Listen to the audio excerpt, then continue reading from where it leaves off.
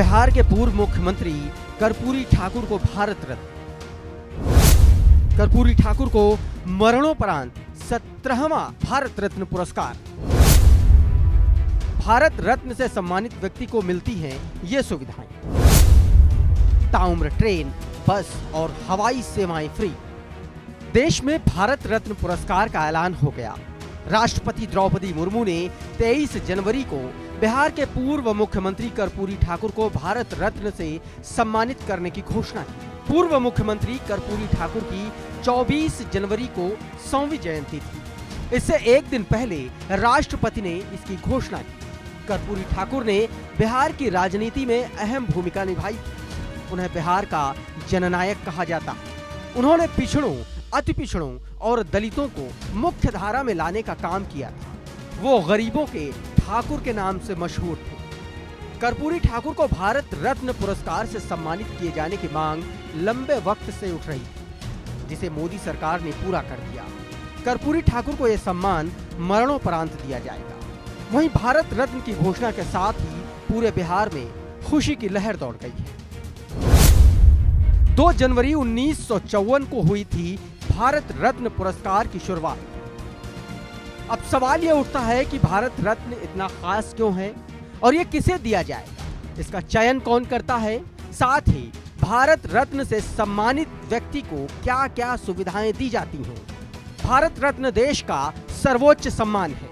यह सम्मान भारत सरकार के द्वारा किसी भी क्षेत्र में महत्वपूर्ण सेवा के लिए दिया जाता है और एक साल में ज्यादा से ज्यादा 3 लोगों को ही भारत रत्न से सम्मानित किया जाता है। हर साल 26 जनवरी को चयनित व्यक्ति को भारत रत्न पुरस्कार दिया जाता है।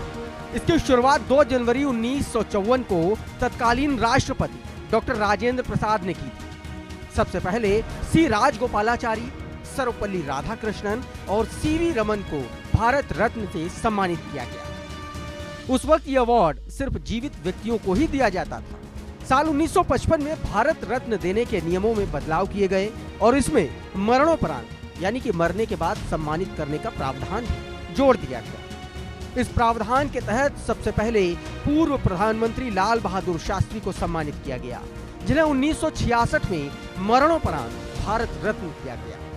अब तक 16 महान हस्तियों को मरणोपरांत भारत रत्न दिया जा चुका है। बिहार के पूर्व सीएम कर्पूरी ठाकुर ऐसे 17वें महानायक हैं।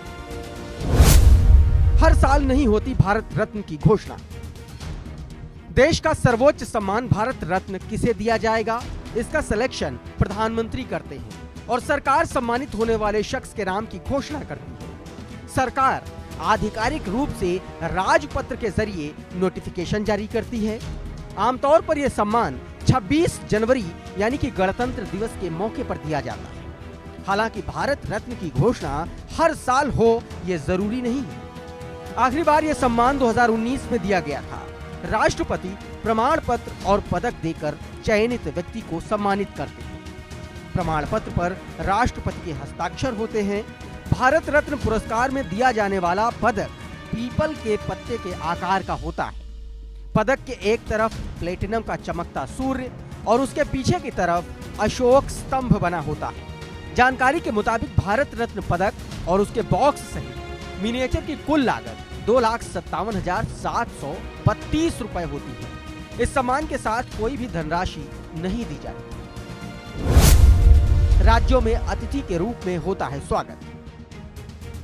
भारत रत्न से सम्मानित व्यक्ति को सरकारी विभागों में कई तरह की सुविधाएं मिलती हैं, जो उन्हें वीवीआईपी कैटेगरी में रखती हैं। उन्हें ट्रेन और सरकारी बसों में फ्री यात्रा की सुविधा दी जाती है। केंद्र सरकार इन्हें वारंट ऑफ प्रेसिडेंट में जगह देती है। इसके साथ इन्हें डिप्लोमेट पासपोर्ट मिलता है, जिससे वो जिंदगी भर फ्री में हवाई यात्रा कर सकते हैं। भारत रत्न से सम्मानित व्यक्ति का राज्य सरकारें अतिथि के रूप में स्वागत करती हैं। उन्हें परिवहन, बोर्डिंग और राज्य में ठहरने की सुविधा दी जाती है। इसके साथ ही उनके परिवार के सदस्यों को भी सुविधाएं मिलती हैं। उन्हें व्यक्तिगत स्टाफ और ड्राइवर्स भी दिए जाते हैं। Bureau report, daily live.